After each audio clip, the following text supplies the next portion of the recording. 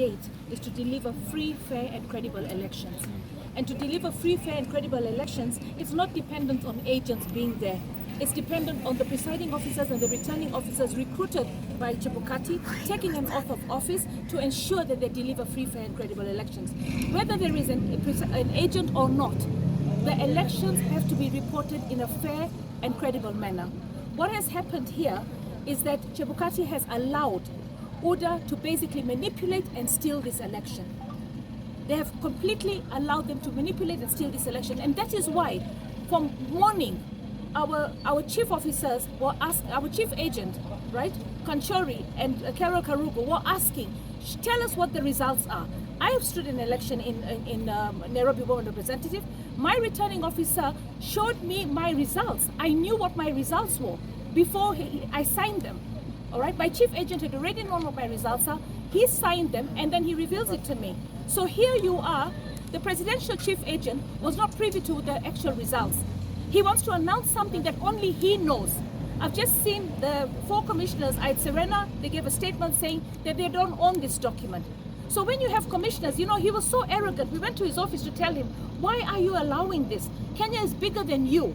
You're not IBC. You're employed by the Kenyan people. 41 billion has been given to you to run a credible, fair election.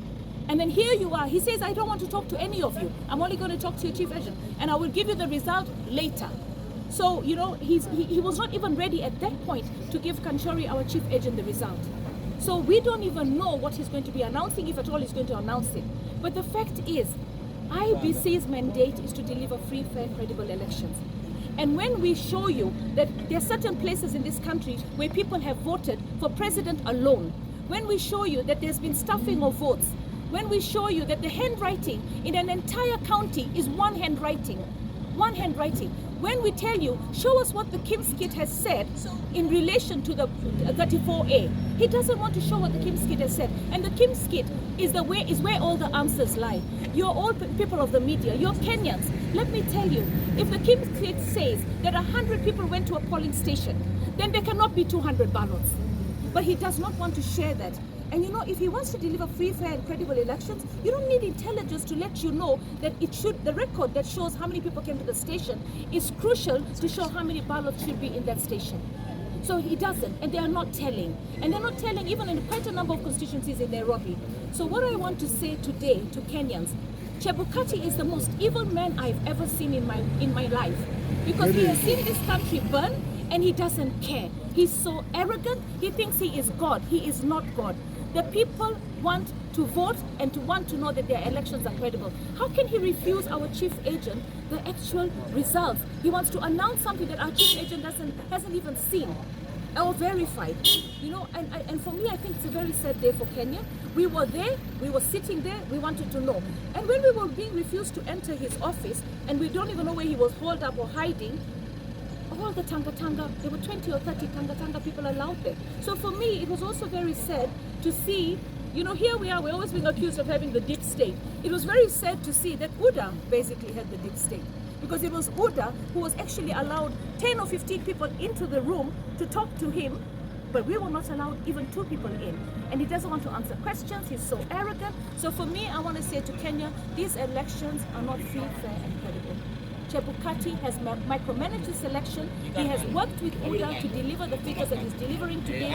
For me, as far as I'm concerned, when we saw the digital results, and in our tallying center as Azimio, the digital results that were transmitted, we were leading.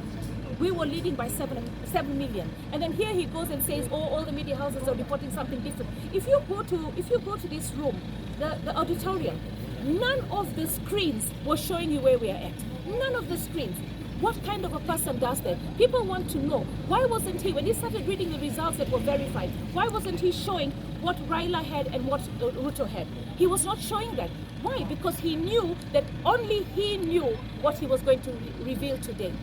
Nobody knew except him and obviously the UDA party. And that is a very sad day for Kenya. We didn't invest all this money. Voters didn't come out to vote just so that Chebukati and UDA could decide on the election results.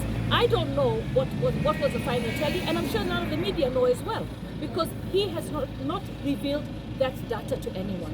So for me, I just want Kenyans to maintain the peace, but to know that today you're being forced to take a president that is not elected by the people. You're being forced. It is elected by Chebukati and Oda. Thank you.